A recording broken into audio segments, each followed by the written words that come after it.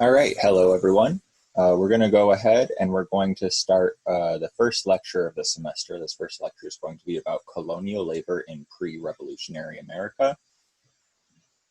This video should be being posted basically right after our first introductory session. You will, of course, recall we went over the syllabus. We talked a little bit about class expectations, some of the assignments we're going to be working on. And we had an open discussion about, how do we define things like labor and work, and how do we determine what is history versus what isn't. So we're coming into this from more of a background where, what do we say about labor history generally, right? A lot of times when you look at a labor history class specifically, they'll start in 1877. And there are specific reasons for that. 1877 is the year that Reconstruction in the southern United States ends. It's also the year of one of the largest labor uprisings in US history, known as the Great Railroad Upheaval or the Great Railroad Strike. That takes on, it kind of crosses the entire nation. A lot of political leaders are fearful that this workers' uprising will kind of cascade into taking over the government. And so forces are marshaled to put that down. 1877, you kind of see people will sometimes put that as the start of this era called the Gilded Age, when companies and capitalist kind of robber baron type company men get a lot of political power in addition to like all the economic forces they're in control of. So 1877 is a very good starting mark for labor history in a lot of ways. But I want to challenge the 1877 date for a couple of reasons. The first is that when we focus on an 1877 start date for labor history, we're also overlooking all of labor history prior to that point. Now, a lot of times you'll take an American history class and you'll talk about, American history in the colonial period. You'll talk about the antebellum period. You'll talk about the Civil War. And these are vaguely kind of nationalistic histories, or if you're in a more advanced class, maybe there will be a global history where things happening in the United States are tied to international events. But labor, of course, is still going on before 1877. It's not like wages and jobs and livelihoods were just invented out of nowhere. And so by studying American history, American labor history prior to this point, we're kind of giving due diligence to that section of American history that's often underexplored in terms of themes of labor and work. Second, specifically, before we even get to the creation of an American state, it's worth pointing out that there have been societies and cultures and civilizations that have lived in, the contiguous United States, Hawaii, Alaska, and its territories.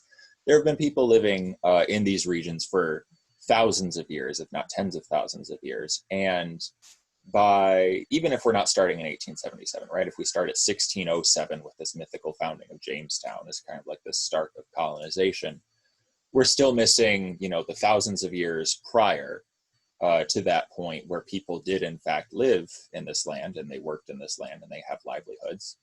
And so we're actually starting our labor history course as far back as we can realistically go.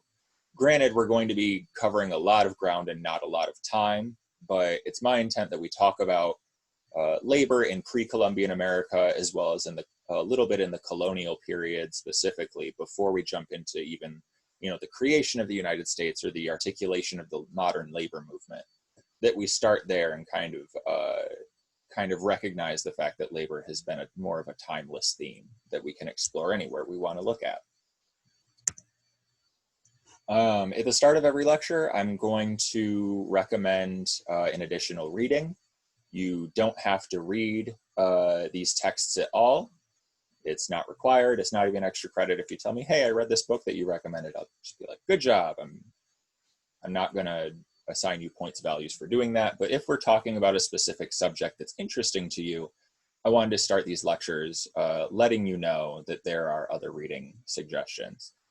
Today's lecture, we're going to deal pretty heavily with labor in relation to Native American peoples in North and South America and how European colonization kind of impacted them.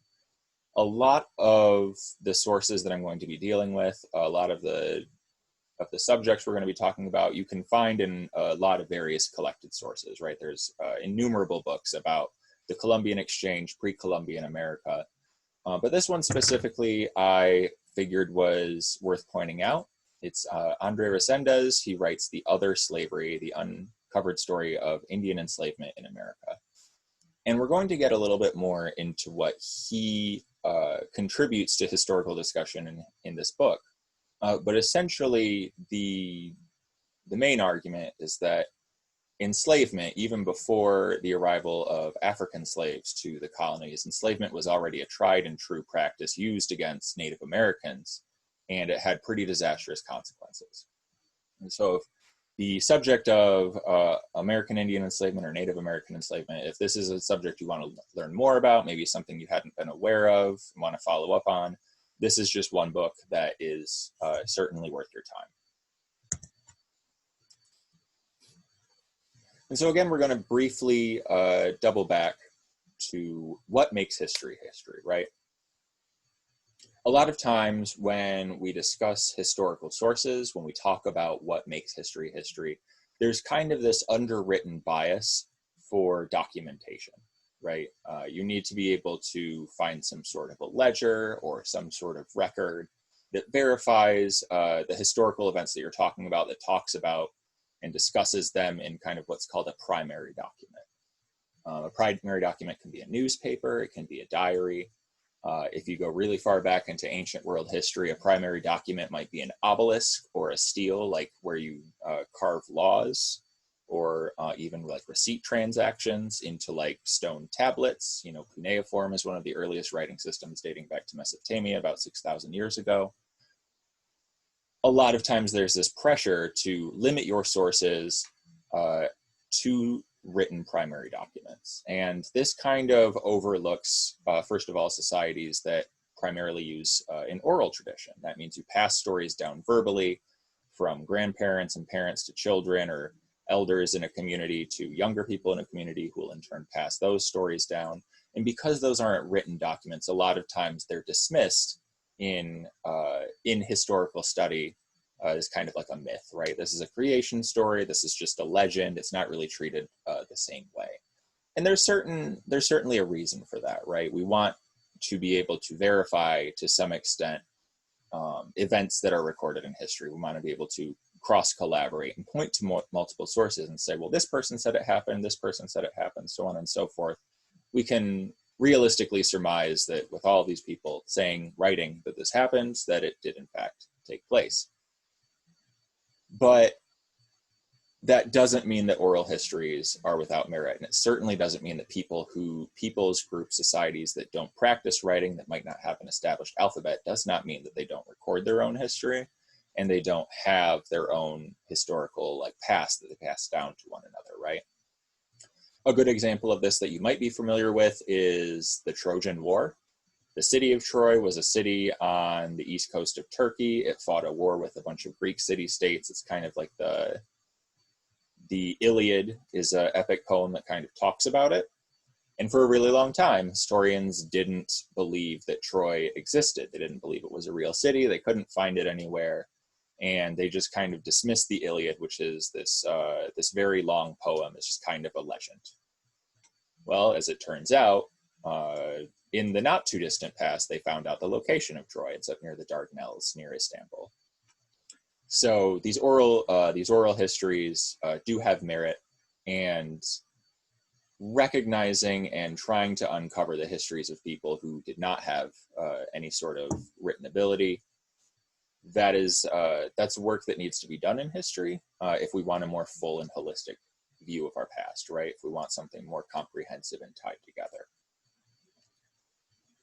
This kind of ties into American history with colonization, right? That 1607 Jamestown mythical start time that we all have.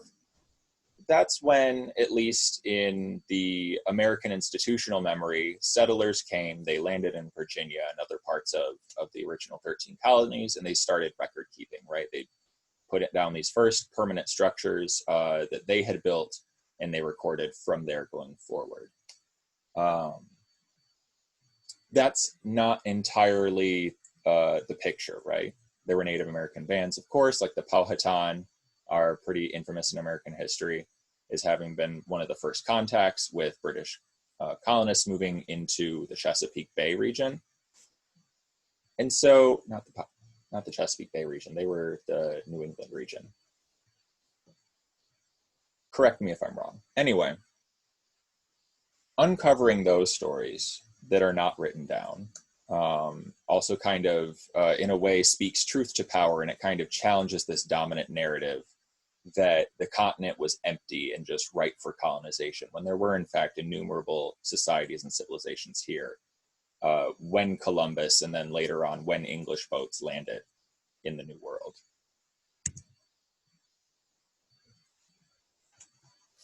So let's talk about some of these stereotypes, right? There's this narrative that North America and South America were largely empty, that they were largely uncultivated, that really there were people here, right? You can't just pretend Native Americans didn't exist, but there's a stereotype that, save for a couple of societies like the Aztecs and the Incans down in Mesoamerica, like Mexico and Peru, save for very few, everyone was just a hunter-gatherer band. That meant you moved around nomadically from place to place, hunting wild game herd animals like buffalo. And intermittently, when you were hunting, you would also forage and gather. So berries, plants, shrubs, fruits, vegetables, depending on where you were. That view is not supported by history. Now, there were a lot of tribes and bands that actually did primarily live by following herds and kind of cultivating and foraging as they went along. There were certainly a lot of hunter-gatherer bands. That's true in a lot of places in the world. There are hunter-gatherer bands today in the Amazon, in parts of Africa, or like the Zomia region, which is this elevated highland in between India and China. There are a lot of hunter-gatherer societies. But to basically dismiss all of Native people as hunter-gatherers doesn't really do the complex and diverse and heterogeneous like nature of Native American civilizations. It doesn't really do that justice. And so we should talk a little bit about the different types of societies that all coexisted and often interacted with each other in the Western Hemisphere before Columbus and before the Europeans even got here, right? So there are certainly hunter-gatherer type societies. They could be tribes, bands, or even tribal federations. Pretty good examples of hunter-gatherers today might be the Inuit or the Southern Paiute. They're out in Utah, I believe, southern Utah, northern Arizona, New Mexico. The Paiute kind of moved around from place to place. There are also pastoral societies. So pastoral society, similarly nomadic, but not as nomadic as hunter-gatherer societies. That pastoral societies usually herd animals, or they use animals in some major way in their day-to-day life and living. A good example of a pastoral society after Columbus lands in the New World, but before there was heavy contact with European migration, might be the Navajo. Once horses were brought to North America by Europeans, they kind of went everywhere, and the Navajo incorporated horses into their daily life. So that's an example of a pastoral society. There are also horticultural societies.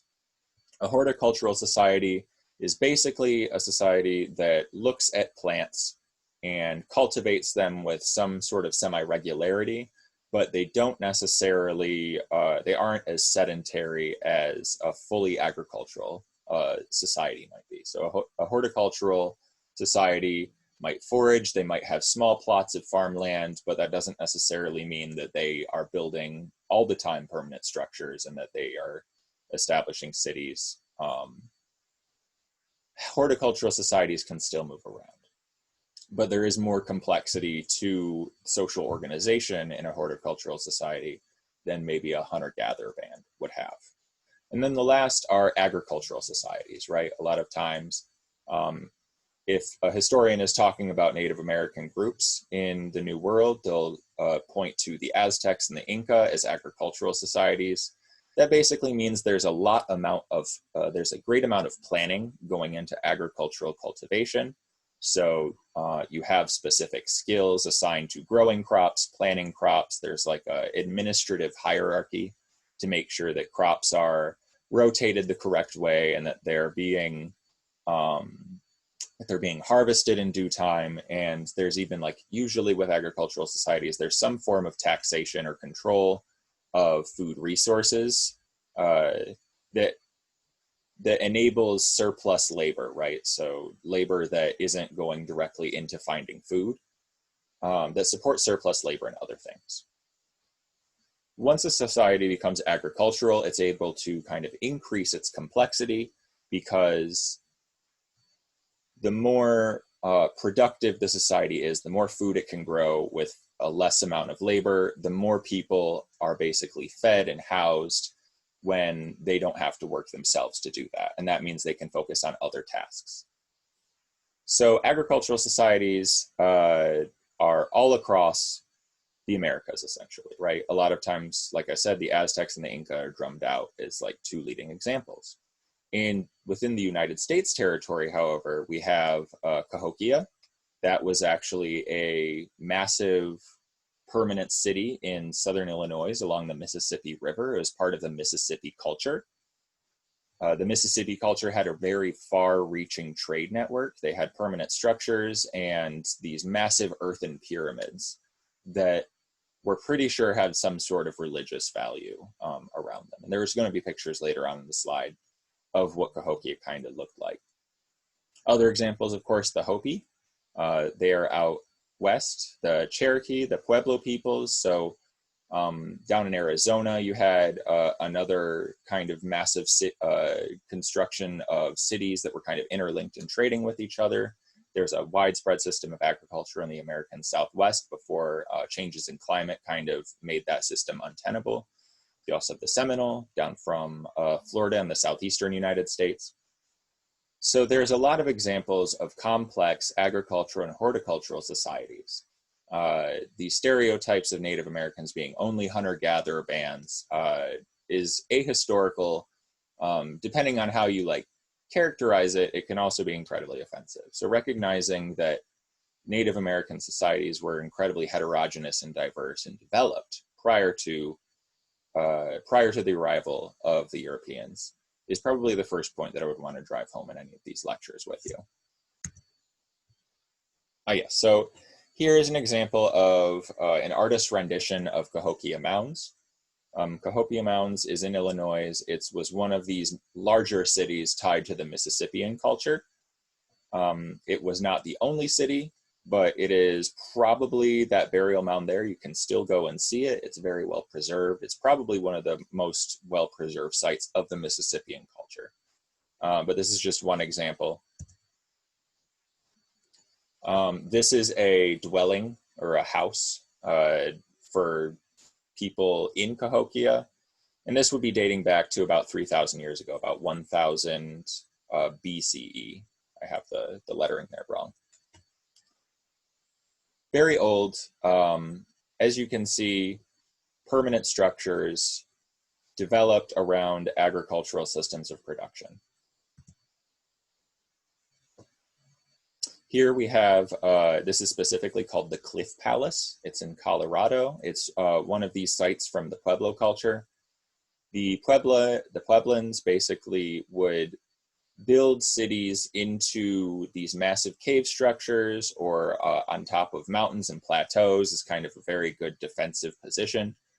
And you had thousands of people living in these essentially very urban and modern areas that were supported by agriculture and kind of supporting a surplus labor that enabled people to do things like fire bricks and build these kinds of structures. So let's talk now about the arrival of Columbus, right? We have a variety of different societies that all kind of have their own main modes of production. There are hunter-gatherer bands, there are pastoral and horticultural groupings, there are agricultural states, like in Mississippi or the American Southwest. And no one single stereotype really fits to describe the Native peoples in North America.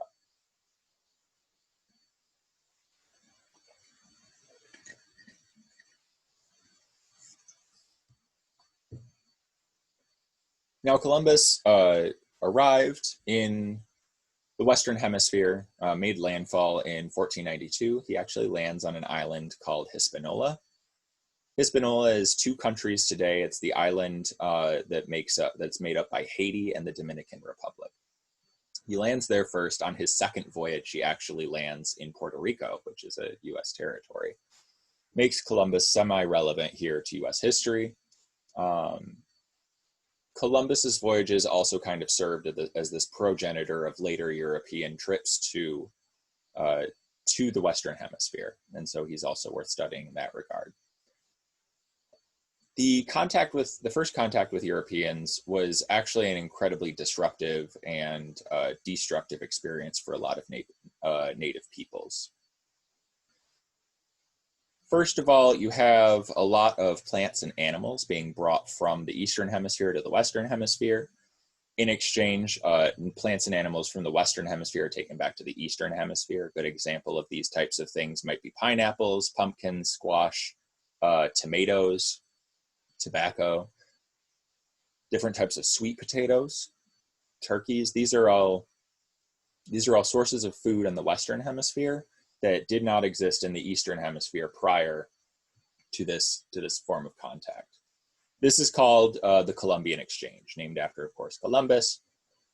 But the Columbian Exchange didn't just mean a trade in different types of livestock, right?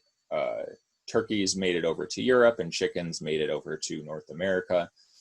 But with those animals also came different types of diseases. And these diseases were actually very harmful for native people who had kind of been aside and separated from the Afro-Eurasian continent, right? Europe, Africa, Asia, kind of like this singular landmass. They had been separated from this landmass for thousands of years, and so there are entire diseases and viruses that evolved among these populations in the Eastern Hemisphere that peoples in the Western Hemisphere just didn't have any sort of immunity to.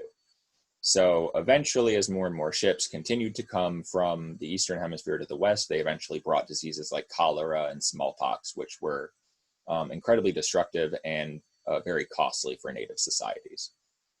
It's actually estimated that about 90% of the original inhabitants in North and South America died as either a direct or indirect consequence of European colonization. So that number is usually like, give or take a couple million. A lot of historians usually estimate the total population of the Americas at about 50 million people prior to Columbus's arrival.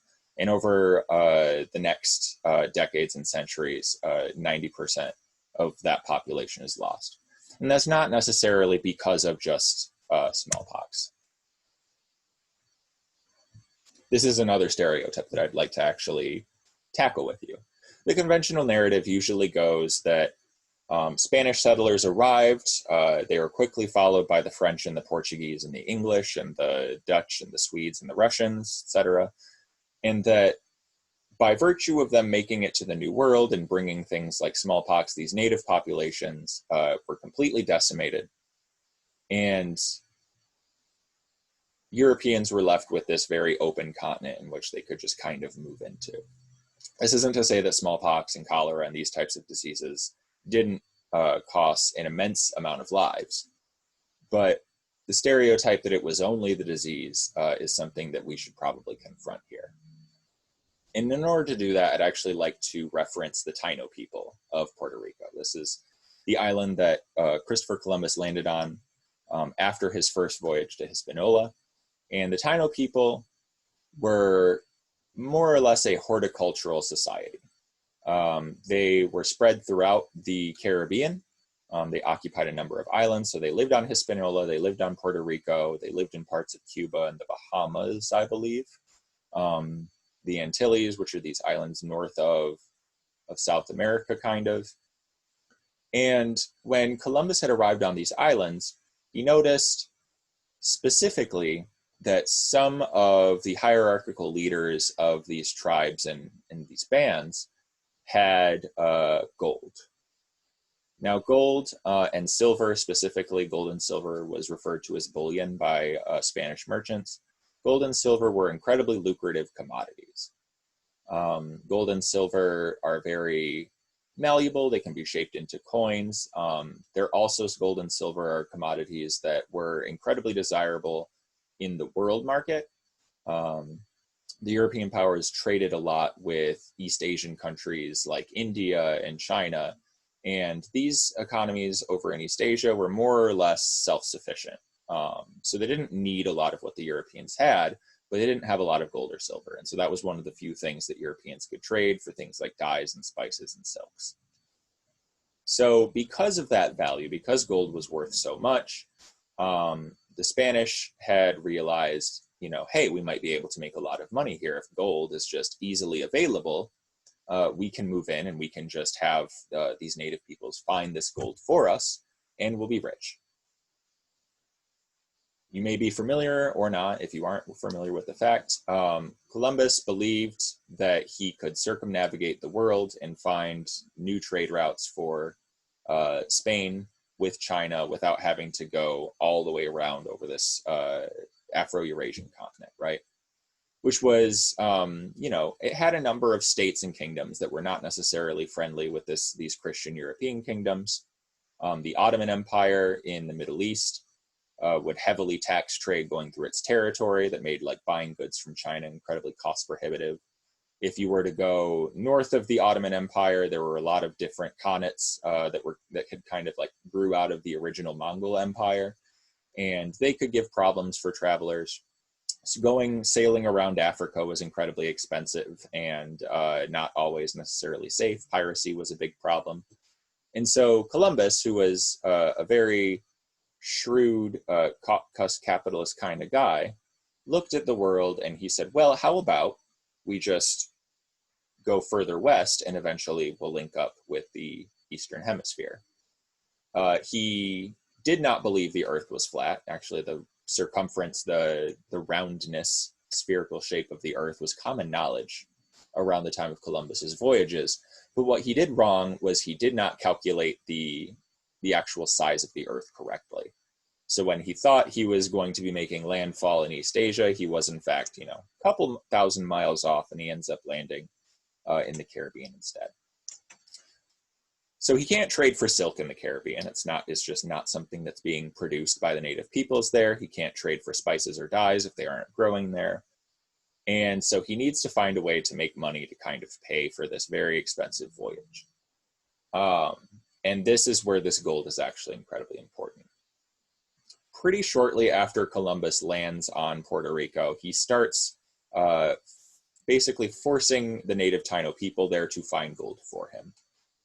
He declares that they are now subjects of the Spanish crown, and you are going to be, if you are a native Taino inhabitant, his men would say to you, you are required to give us X amount of gold every week. And that's basically how the Spanish crown is going to tax you. You have to go out and get this gold that you have and bring it to us. The problem with that is that there wasn't a lot of gold in Puerto Rico, actually. There were little bits of it in rivers. It was in a fine grain. And the process of finding gold, of basically sifting it out of rivers and then blasting it to melt it down into actual nuggets of gold that could be shaped into ornamental religious jewelry, it was a very labor-intensive process, and it took a very long time. And so the kinds of quotas that Columbus and his men were assigning to the Taino people were just not practically fillable, right? If there's a river out back and you can get half an ounce of gold by sifting it nonstop for out a week, but your quota in that week is to give the Spanish 10 ounces of gold, you're just not going to make that quota. Now, the Spanish didn't necessarily know that. They just saw chiefs and community elders wearing ornamental jewelry that had gold in it. They didn't really know about its ritual or religious significance, or why specifically gold for the Taino might be worth so much. It's hard to find. And so the Spanish, not really caring about how hard it was to find this gold, started imposing these quotas. And when Taino people were unable to fill them, the Spanish had to basically force them to fill them by some means, right? If you're a Spanish conquistador and a Taino inhabitant who you have just recently conquered by landing on this island, if they tell you, oh, I don't have, we can't find any gold, the Spanish aren't necessarily going to believe that. Surely the Taino are hiding the gold somewhere. And so what the Spanish started doing, and what is often actually repeated by European powers colonizing Africa, if you want to look at the Congo Free State, which is established by the Belgians, is they start massacring villages. They start maiming native peoples. So if you were to go to a Spanish person and say like, hey, I don't have enough gold for you, they might take your arm, or they might take one of your children's arms or a leg. This was an incredibly bloody and brutal practice. And if you read the Resendez book, he gets into it in a little more detail. And unfortunately, we don't want to have more than an hour or two for these lectures. So I don't want to go into gory specific graphic details with you. The records are out there to exist if you want to follow up. But essentially, by the time that the end of the 15th century is occurring, the entire island of Puerto Rico is depopulated. The Taino are all dead because the Spaniards basically are killing too many of them because they're unable to meet their gold quotas. Parents who are having children are killing their children so they don't basically have to go into this system of slavery that the Spanish have brought and kind of instituted on the island following landing there. You may be asking, why did you bring all of this up? This is incredibly upsetting and sad. Yes, it is. But specifically, there's this narrative out there that says, well, smallpox came with the Europeans, and that's what killed off the entire population of native peoples. Well, the first smallpox outbreaks that we see in the Western Hemisphere don't actually occur until like the 1520s. But the island of Puerto Rico had been depopulated by about the turn of the century. So clearly smallpox was not at play. It was really just these brutal massacres of native inhabitants, the Spanish colonists perpetrated.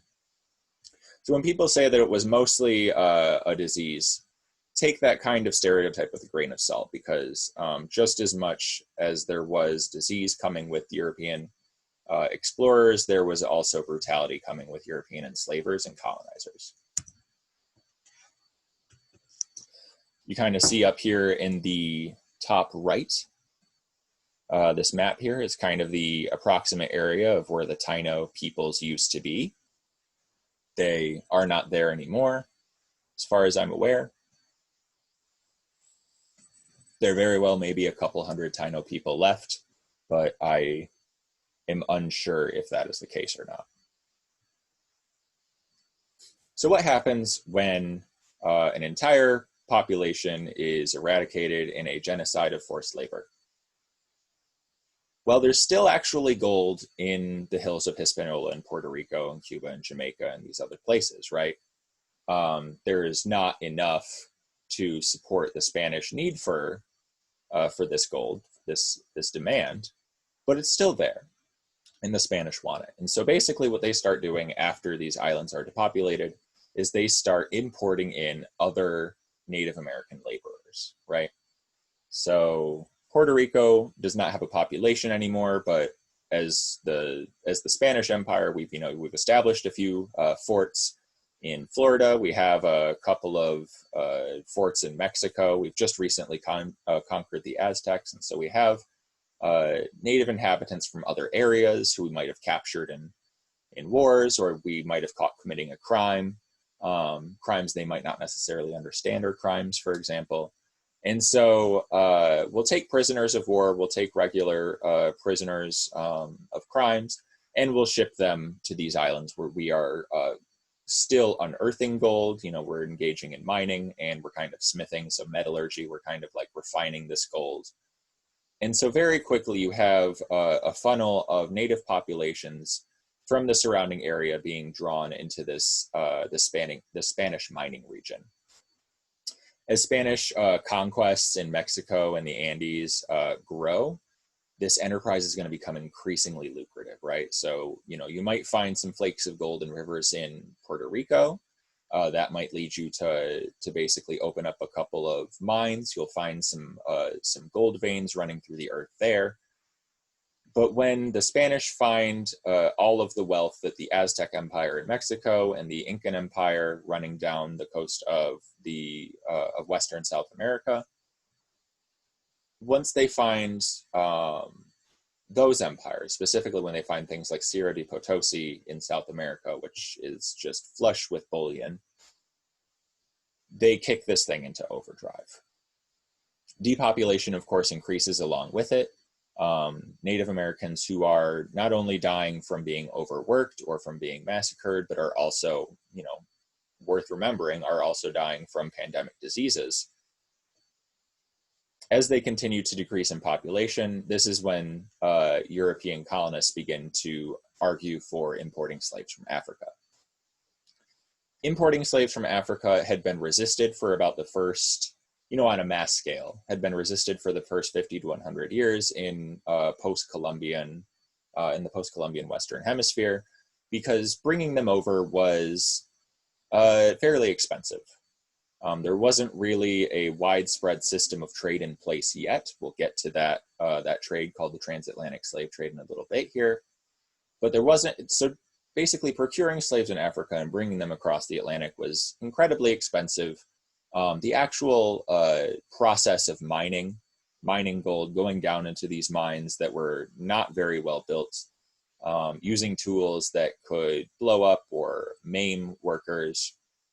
And then you also have the threat of uprisings, right, of slave revolutions. It just wasn't cost effective for the Spanish to import slaves when they had, millions in newly conquered territory that they could move around.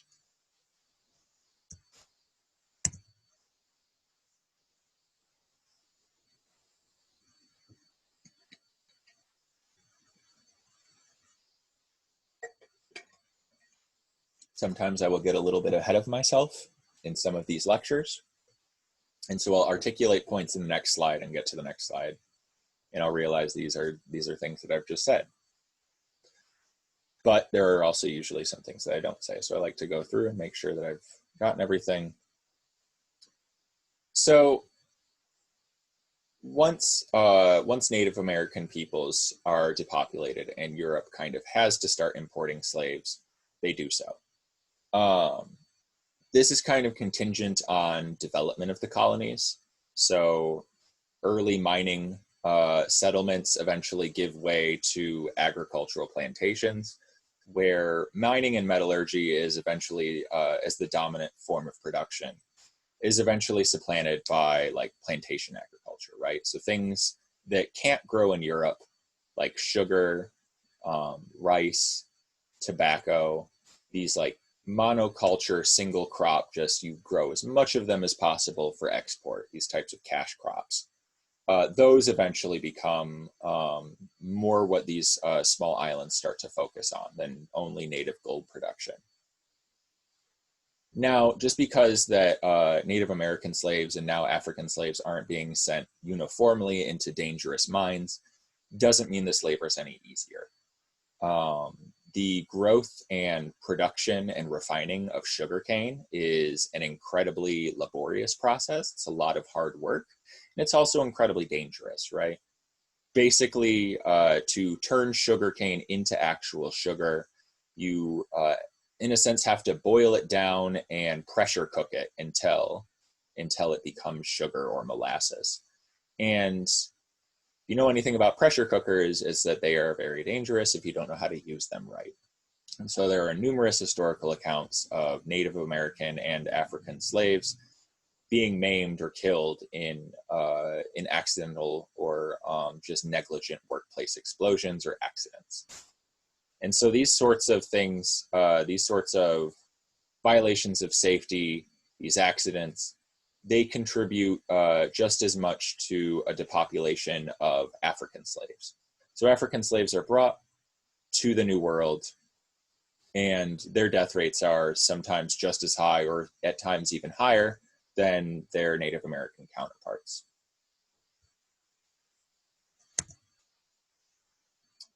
So it's probably worth talking about some of these systems of forced labor.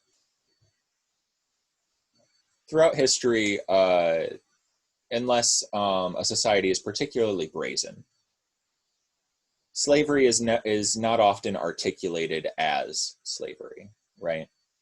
There's a certain amount of religious and ethical baggage that comes with being a slave society, right? So specifically these kingdoms in Europe, like Spain, Portugal, Britain, and France, they're Christian kingdoms.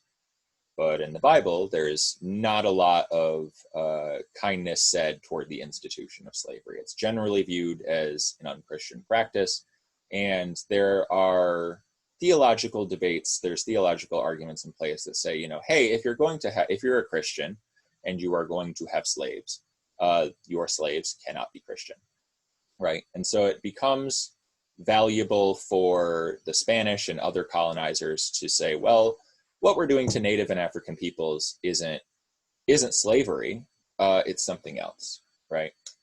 When the Spanish would set up a fort, they would usually also set up a mission, the goal being to proselytize and convert Native peoples. And once these Native peoples converted, supposedly, they are not supposed to be enslaved anymore. And so what the Spanish instead do is they basically come up with this thing called the encomienda system. Now, the encomienda system is the practice of assigning lordship of a village or a community to a conquistador for them to govern, right? So you fought with us, Hernan Cortez, in the sacking of Tenochtitlan. We took down the Aztecs. For your service to the crown, we're going to give you these 5 villages as they are your encomienda. So it was essentially your own private fiefdom. If you were a conquistador, and you ruled it for a certain amount of time. And the understanding was that you were supposed to teach the Native peoples under your charge to read, specifically to become Christians, and to adopt, Western mannerisms and Western styles of culture, right? So, we want to make sure that Native peoples are wearing full clothing, even though it's 105 degrees out. We want to make sure they can grow these cash crops. They were growing things before, but they weren't growing things that we could take from them and then sell for profit. And so by creating the encomienda system, the Spanish monarchy was able to retain this system of forced labor, right? The system of slavery. But by saying that the purpose of the encomienda system was basically to educate and to proselytize to natives, it was still, for them, arguably a Christianizing enterprise. And so it was morally okay. You'll see the same amount of breaking their own backs, jumping through hoops reverse to justify systems of chattel slavery in the United States, and also before the founding of the United States, along articulations of race. And so this is another takeaway to consider, right? Whenever there is slavery, whenever someone is being compelled to work if they don't want to, there's usually going to be an underlying justification for that, where it's not explicitly called slavery, but something else. And this, of course, actually goes into today's world as well. In the United States alone, there are systems of coercive labor where if someone does not want to work, there are certain ideologies in place to compel them to do so. Now, the encomienda system was incredibly brutal. And this is true really of pretty much any form of slavery that takes place, especially in the Western Hemisphere. But the encomienda system was articulated by the Spanish with the hopes of making this coercive labor less deadly, right? These islands in the Caribbean are being depopulated, and now this ring around the Caribbean, where the Aztec civilizations were, the Spanish are in Florida now, and in South America, these areas are starting to become depopulated. And so the Spanish want to preserve their labor force in this area. And so the encomienda system in some ways is a way to reduce the severity of the work and of the death taking place under the system of enslavement. But in some ways, it actually exacerbates the problem. By assigning encomiendas to conquistadors and other Spanish officials for a set period of time, a lot of these Spanish officials and conquistadors and colonizers basically look at the situation and say, all right, I have 3 years to get as much profit out of this area as possible, right? I don't have this encomienda forever, so I'm really going to have to work these native peoples and these African slaves really hard if I'm going to turn a profit on leading this encomienda. And so with that thinking in mind, in a lot of ways, labor under the Spanish becomes even more brutal. Now, native enslavement isn't uniformly supported by Europeans, it's worth noting. You have priests and clergymen who come out in opposition to the system. They usually end up going to the Western Hemisphere, basically taking these ideologies behind things like the encomienda system to heart, right? That we're actually, we're quote unquote civilizing these native peoples. Civilization, of course, is a subjective term. Whoever is using it has to kind of define it as they go. But, we're civilizing these native peoples. We're teaching them the word of God. Isn't this great? And then they get to the Western Hemisphere and they actually see in practice what the encomienda system is, which is widespread slavery of native people. Bartolomé de las Casas is among one of the most noteworthy and famous critics of the encomienda system and of enslavement generally. Criticism from people like Bartolomé de las Casas and others actually leads, eventually, over a long period of time, leads the Spanish to abandon the encomienda system, and they replace it with something else called repartimiento labor.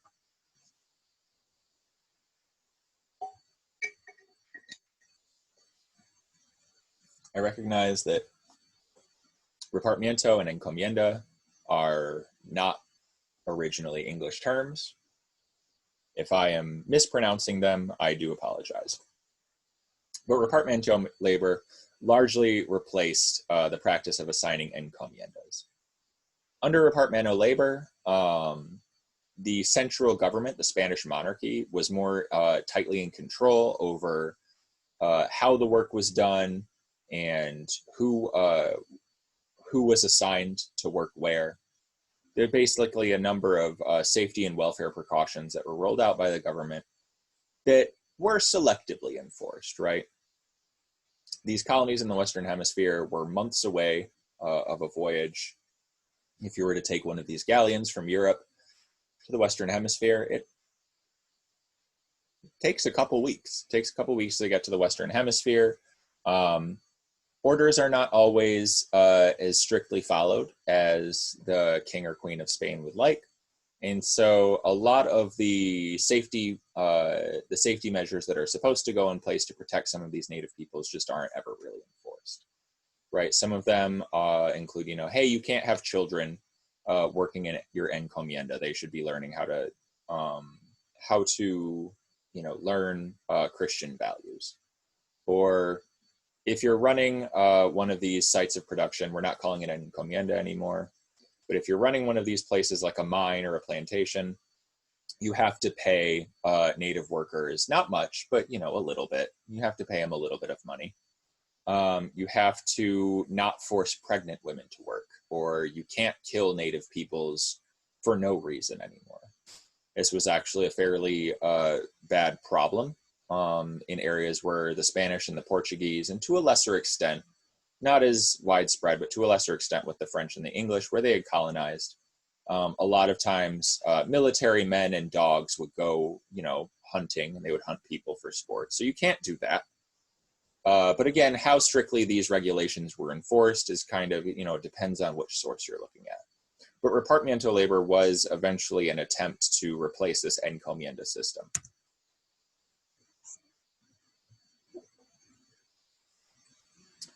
So we've talked a little bit about the depopulation of Native American peoples, how depopulation didn't exclusively come from pandemic diseases like smallpox, but also came from brutalization, overwork, a system of enslavement.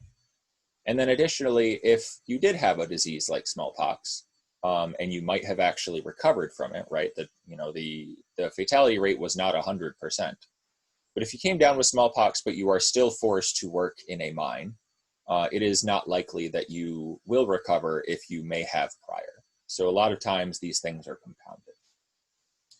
So we've talked a bit about these things. We should also talk about the transatlantic slave trade, which we've referenced already, right?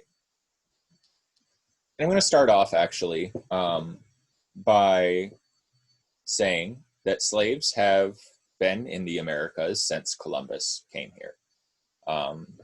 Historians know that on Columbus's first ship here, to where he landed in Hispaniola, he had an African slave with him.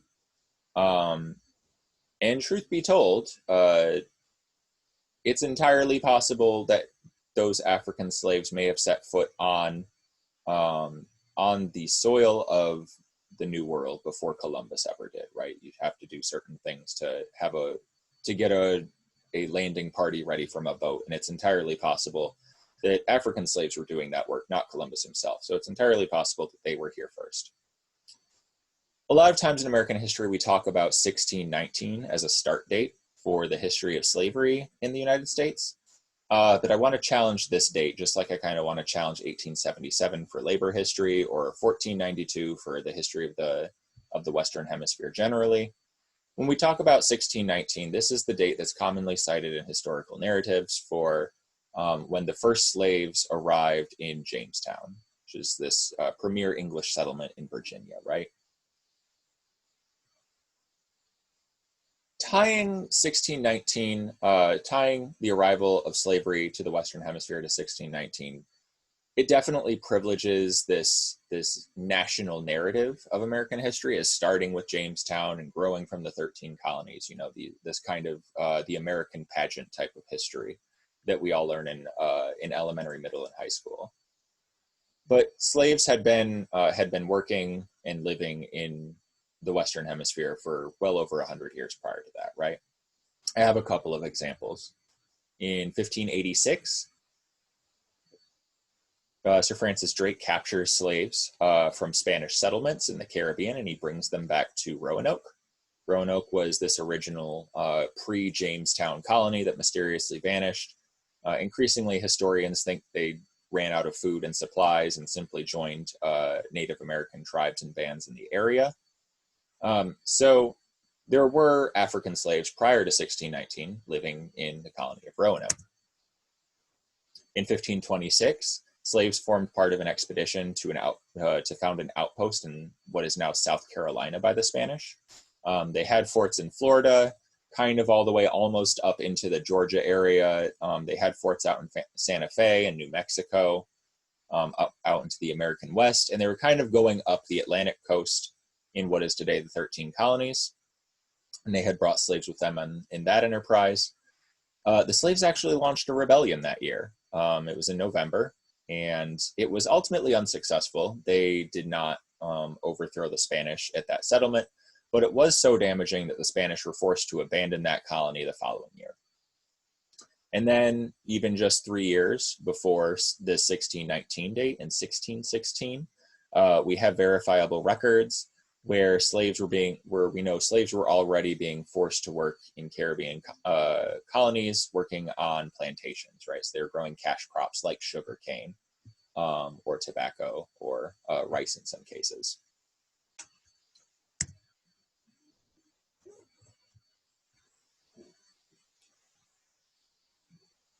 So as colonies in the Americas grew, keep in mind that the Native American population is being depopulated throughout the first 150 years of post-European contact. As the sizes of these settlements grow and as their productive capacity increases, right, you have more plantations being established, you have more mines being opened, you have more sites of producing goods that can go back to Europe for sale, trade in the market. As these colonies grew, so does this demand for slave labor. And so this kind of creates the impetus for the transatlantic slave trade. The transatlantic slave trade was basically the system that brought upwards of 12 million African slaves from the continent of Africa to the Americas. we know that at least 600,000 slaves were sent to the original 13 colonies, so about 5%. That doesn't necessarily mean that only 5% ever made it to what we now refer to as the United States, though, right? Slaves who were sent to the West Indies or to Brazil or to other parts of the Spanish Empire very well may have also been traded in kind of a non-transatlantic trade, being traded to the 13 colonies from the Caribbean and South America. We also know that slaves being sent to places like Mexico very well may have easily been also sent to places like New Mexico, where there were still like a lot of mines for gold and silver, like bullion, right? So slaves who are registered as going to Mexico very well may have also ended up within the United States. So when we say at least 600,000, it very well is probably more than this, but 600,000 originally straight to the 13 colonies. Now, I mentioned earlier ideological systems relating to the justification of slavery, right? So for Native Americans, the European colonists could use Christianity as an excuse to explain why they were enslaving the native peoples, right? This is for their own good. They can't really govern themselves. They don't know how to grow plants, which was a lie, they did. And we're really just making sure that we're civilizing and Christianizing these different native peoples. Europe had kind of been aware and in contact with these different kingdoms in Africa for hundreds of years, though, right? Europe knew Africa existed. They traded with African kingdoms pretty regularly. And there were a lot of Christian kingdoms in Africa. Ethiopia is a good example. And so religious laws that kind of forbid enslaving Christians meant that if Europeans were going to buy slaves from these African ports and ship them over to the Western Hemisphere, that they would have to find a new source, a new justification to basically argue for that. And this isn't to say that racism is invented at this point. Racial discrimination, discrimination based on skin color, discrimination based on visible difference from others goes back millennia. But in order to justify the transatlantic slave trade and the system of chattel slavery that eventually takes root in the Western Hemisphere, you do see the articulation of this pseudo-racial science, right? This is when Europeans start to explicitly state, Africans are not really people the same way Europeans are, and so they cannot really be trusted to govern themselves. We have to govern them for their own good. Racially, they are inferior, and so that gives Europeans the legal right to enslave them, was how they justified that argument. This, of course, overlooks the fact that societies in Africa, as in North America, were just as complex and diverse and heterogeneous as they were in Europe. But these are inconvenient truths for Europeans defending the system of slavery. The transatlantic slave trade itself was horrendous. Conditions on slave ships were so bad that an estimated 1/5 of all the slaves who were boarded onto ships in West Africa simply never made it to the Americas, right? So when we look at that 12 million number, the number of slaves who make it to the Western Hemisphere, we really have to look and say, well, it's really more like 15 million because 20% of them die en route. Enslaved African workers were brutalized and dismembered. They were often branded or had their ears removed by owners to signify proofs of purchase. And different languages spoken, different cultural practices, different customs on slave ships kept slaves relatively atomized. It was very difficult to communicate with one another unless you knew someone from where you were captured, where you were from. There could be pretty violent reprisals if you did communicate with others with you. And so This prevented uprisings on ships. Usually, there are still instances of uprisings on slave ships, but the entire process was deadly. It was terrifying, and it was dehumanizing. Again, this is probably the transatlantic slave trade, the Middle Passage, and the state of slave ships is something that we could go into for hours on end. But I don't want to give you all a 4-hour lecture. But I would encourage you, if you are interested in this subject, the Charles H. Wright Museum actually has a pretty remarkable, incredibly sad, but still remarkable exhibit on the Middle Passage. And I would encourage you all to, whenever possible, socially, distantly visit that.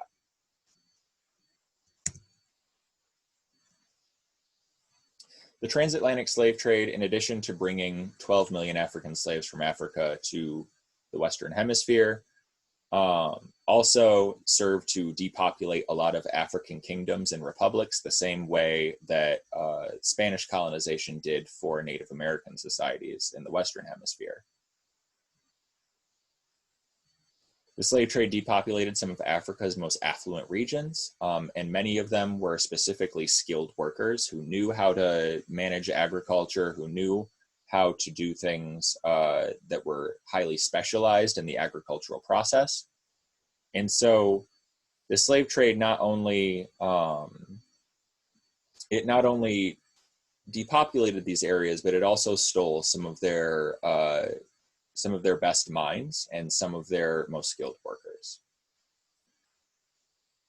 A lot of these African kingdoms that existed on the West Coast initially were trading prisoners and debtors in exchange for manufactured goods with Europeans.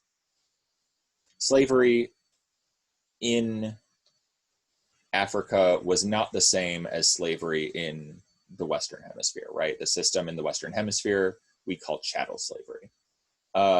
In Africa, it was not as intense. A lot of times, slaves could move up into their master's household. They could eventually be emancipated. Slavery in a lot of non-Western societies usually wasn't a lifelong thing, and it certainly wasn't something you passed on to your children. And so a lot of these kingdoms or these republics would sell slaves to Europeans, believing that they, would eventually be freed, not really knowing the system of chattel slavery that was in place at the time. And in exchange, they got a lot of manufactured goods for that, right? There might be a war where they took prisoners of war from. There might be someone had committed a crime in their home country, or maybe they had racked up a lot of debt. These were usually the people who were traded. As Europe's demand for slaves grew, however, kingdoms very quickly started, instead of buying manufactured goods, started buying rifles and ammunitions because other kingdoms started raiding for slaves, right? Well, we've run out of people. These Europeans still want slaves. So how about we buy some guns? We go to this kingdom nearby us. They're our enemies. They're not really, we don't get along with them. And we'll just take people from there, and we'll sell those people to the Europeans. Well, that kingdom over there is certainly going to start buying guns, and in order to buy guns, they're also going to sell slaves. And so this starts a very serious arms race, where a lot of these West Coast African kingdoms had very heterogeneous and complex and nuanced systems of production in place. They had their own economies and trade networks. But increasingly, they're dominated by this arms race and by the European demand for slaves.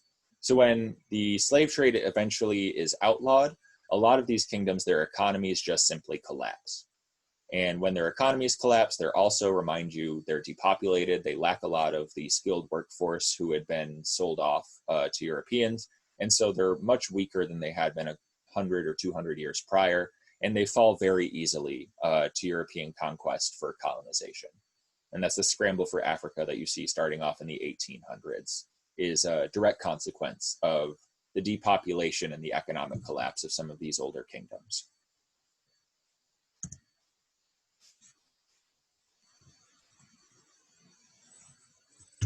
All right, so I'd like to talk a little bit about chattel slavery and plantation agriculture. Chattel slavery I just mentioned in that last slide. It's historically unique, the chattel system. And this is something I already said a little bit, but prior to the chattel system being brought in to the Western Hemisphere, slavery was usually much smaller of an institution. This isn't to say it was okay, right? Slavery is bad. Coerced forced labor is bad, whether or not you call it slavery. But the chattel system itself was incredibly brutal. Older pre-chattel systems didn't necessarily mean, an enslaved person wasn't always a slave for life. Enslaved status didn't pass on to children. Slaves were not inherently seen as property, right? You were still recognized in most older institutions of slavery as a person. You simply owed a debt of labor, or you were a charge of the person who you were a slave to. But in the chattel system, you are not recognized as a human. And that leads the way for it being entirely legal for slave owners or taskmasters, like field supervisors who reported to slave and plantation owners, or even just conquistadors prior to the arrival of African slaves. Because people were viewed as property and not as human beings, it was very legally easy to just murder or maim or, brutalize them. And then, of course, with the chattel system specifically, you see it drawing justification based on this pseudo racial science, this racialized hierarchy that's put in place. And it's kind of interwoven in with this idea of Christian evangelicalism or theology, right? It's okay. The Bible says that we can't own slaves, but it's okay to own slaves because we're actually civilizing them, or they can't, govern themselves, and so it's for their own good. Or there were two brothers, and one of them did something bad, and so all of his offspring became black. There's any number of really weird biblical passages or really kind of far off pseudo science arguments that were made to justify this system. Earlier forms of slavery didn't really have that as much. We look at, for example, like the Ottoman Empire, some of the Islamic states sometimes. Critics who look at the historical study of slavery will kind of use slavery in Islamic societies as kind of like a what about, like, oh, well, it's okay here because what about over there? In Ottoman society, none of these rules that we see here really applied, with the exception that if you were a slave in the Ottoman Empire, it was usually for life. But that status didn't pass on to children. You couldn't just be killed for no reason and not face political ramifications or any sort of legal ramifications for that. And it certainly wasn't like a racialized hierarchy. On the right here, you kind of see the Spanish and Portuguese, and to a lesser extent also the French and the British, developed entirely crazy complicated hierarchies based on percentages of like race. So if you were white, then you were white, you were European. If you were white, but you were not from Europe, you were not called what was known as a peninsular, but you were a Creole. They had a little bit lower of a status. If a white person had a child with a Native American person, they were referred to as a mestizo. The white person or a Native American person had a child with an African slave, they were called a mulatto, which is an incredibly offensive term like mestizo is. And, there were any numbers of like added weird nuance that were added to these, but like there was an entire takeaway point is there was an entire racialized hierarchy that was established in order to justify the chattel system. And in very many ways, just as we still have systems of coercive labor and forced labor in this country today, we still also have these racialized hierarchies kind of embedded in popular culture. Let's talk about some common misconceptions about chattel slavery and plantation agriculture in the United States.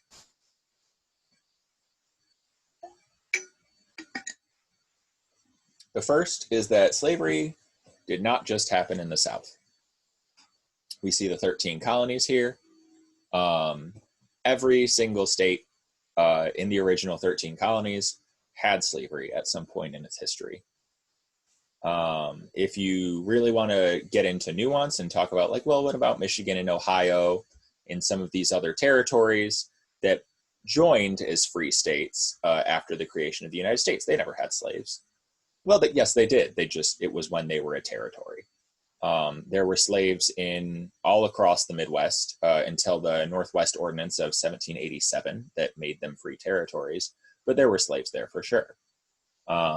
Vermont joined the Union, basically forbidding slavery in 1777. It was the 14th state, but they had slavery prior to that point.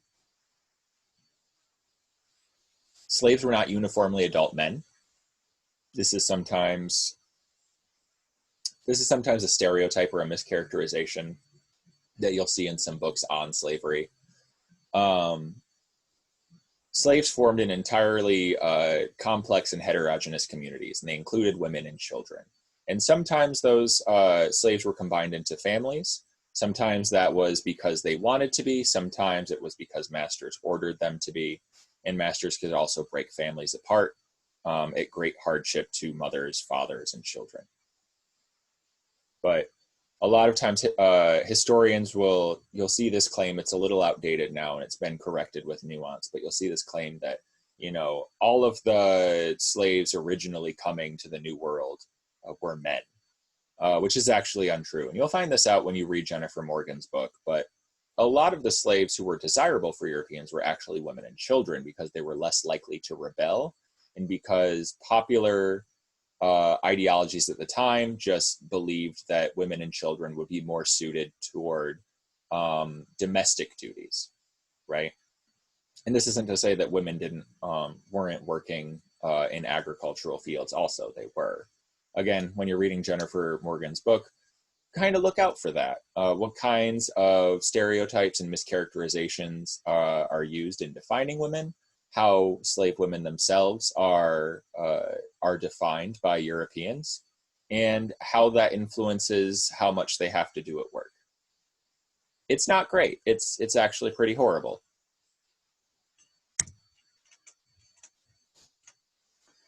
Kind of reiterating this fact, enslaved African American women were particularly important to the institution of slavery, especially following the end of the slave trade, right? So in the mid 1700s, these different industrializing powers say, all right, you can't trade slaves anymore.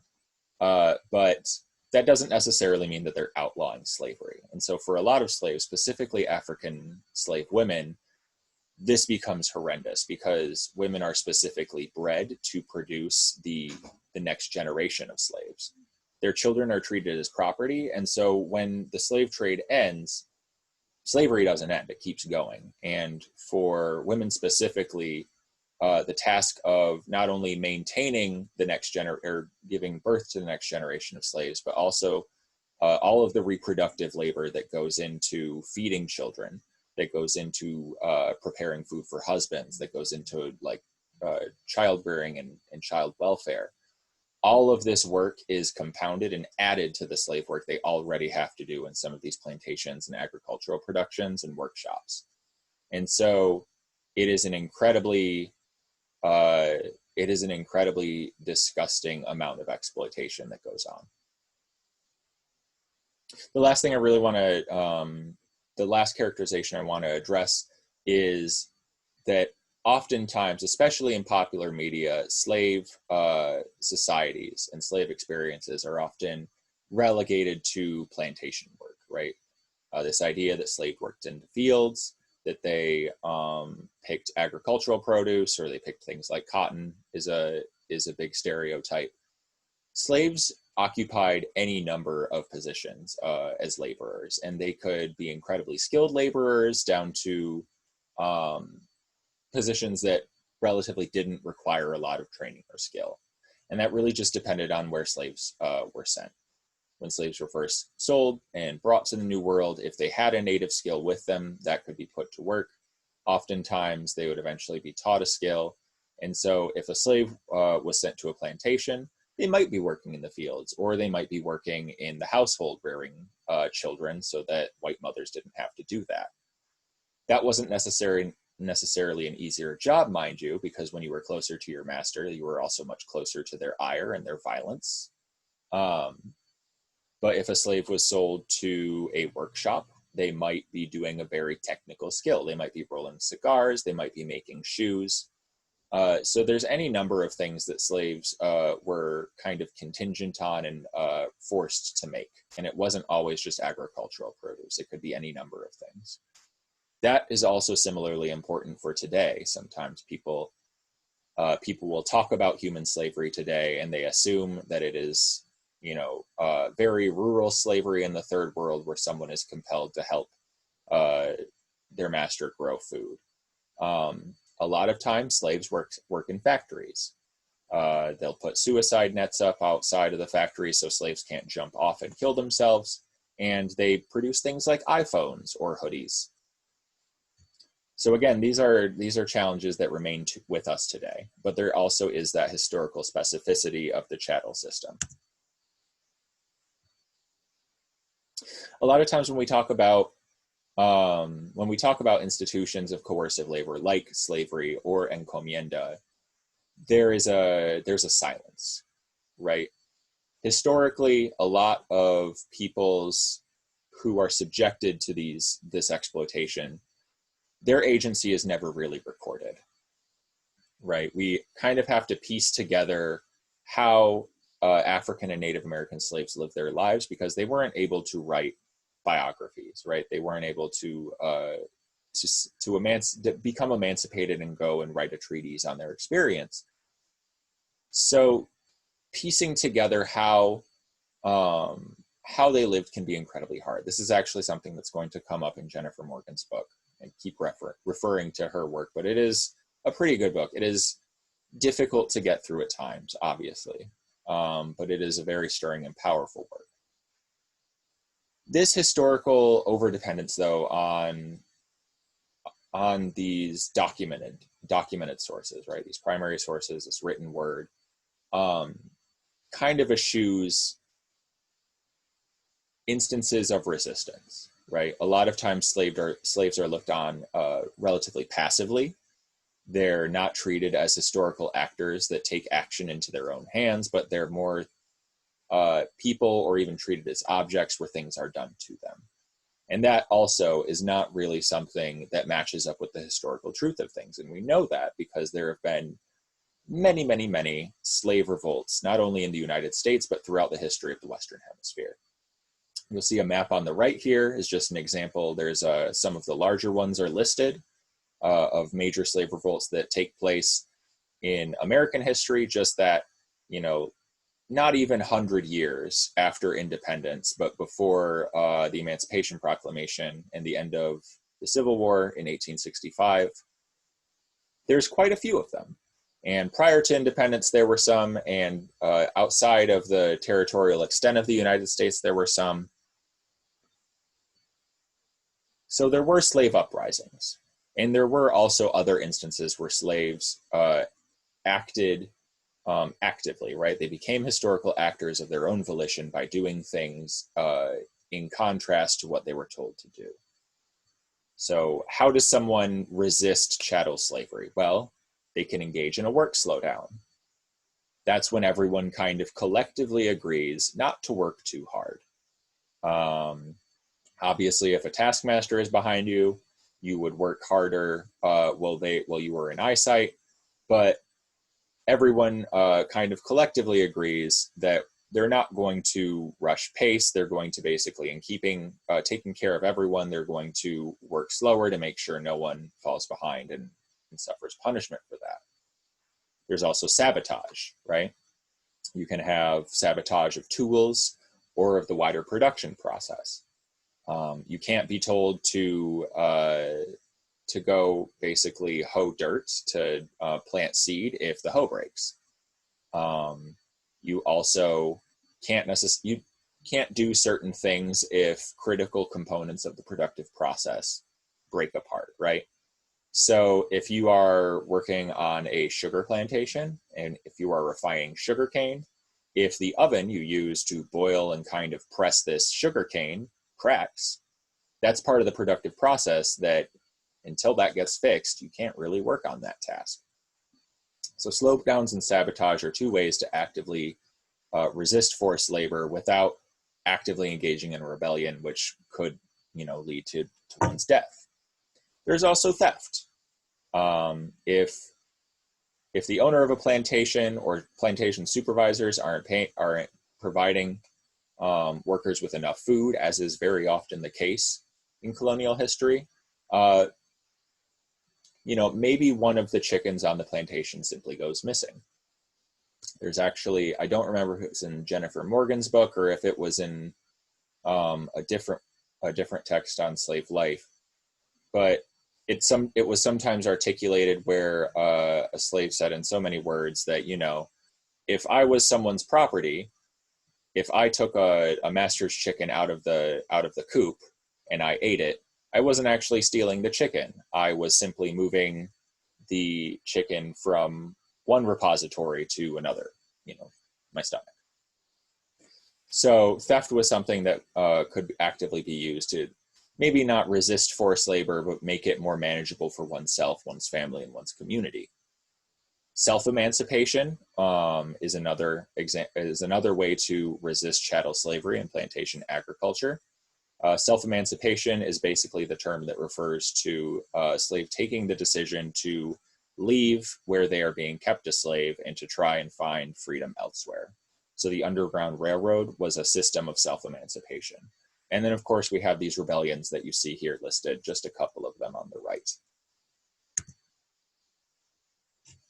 So let's recap.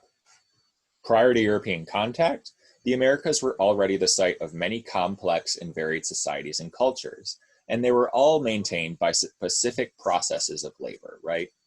So especially in agricultural societies like Cahokia, someone did have to grow food, but there was also someone who had to account for the food and store it. There were people who had to prepare food so that it could be held for long periods of time.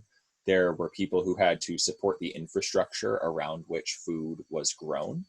So you might not be directly growing the food, but you might be making the implements that were used to harvest, right? Someone has to make the shovel, someone has to make the hoe or the rake. These tools need to be constructed. The success of the colonial venture was dependent on forced labor and slavery. First Native peoples and then African slaves. Without enslavement, the colonial system is never profitable. That's just a fact. Europeans would not move to the New World and do the type of work that slaves did for free, which is what was necessary to get those settlements off the ground and running. And so without slaves, that simply doesn't happen. The Columbian Exchange and the transatlantic slave trade and the corresponding depopulations that came with them made European powers incredibly wealthy at the expense of Native American and African peoples. And that's just the truth too, right? The system of slavery, the transatlantic slave trade, the Columbian Exchange, all of this depopulation, Europe benefits from. The extent to where that's intentional and where it's not intentional is debatable, and historians will continue to debate that. But what can't be debated is that Europe benefits from both of these processes, and they have very negative and harmful effects on other people. And then lastly, systems of coercive labor and enslavement required very regimented and prolific ideologies that justified their brutality. They were often framed as a net positive and were often kind of lumped in with pre-existing cultural institutions like Christianity, or they were kind of new institutions were created to justify them in accordance with existing ones, right? So this kind of racialized system that was articulated by Europeans to justify enslaving Christian Africans when Christianity said you shouldn't enslave other Christians. All of these facts are going to have these takeaway recap facts. They have applications to our daily life, right? Systems of coercive labor, systems of slavery, they have to be justified in very specific ways in order for people to be okay with them. Prison labor, sweatshop labor, these other forms of coercive labor, human trafficking, these things that exist are justified by some kind of ideology or thought process. If they weren't, people wouldn't do them. And so identifying those kinds of thought processes are important to ending the practice of slavery. The Columbian Exchange is a very good example of how ecological collapse can affect people. And we also kind of see how exploitation can make some rich at the expense of others. So for our next class discussion, which will be coming up on the 21st, make sure that you do the readings assigned.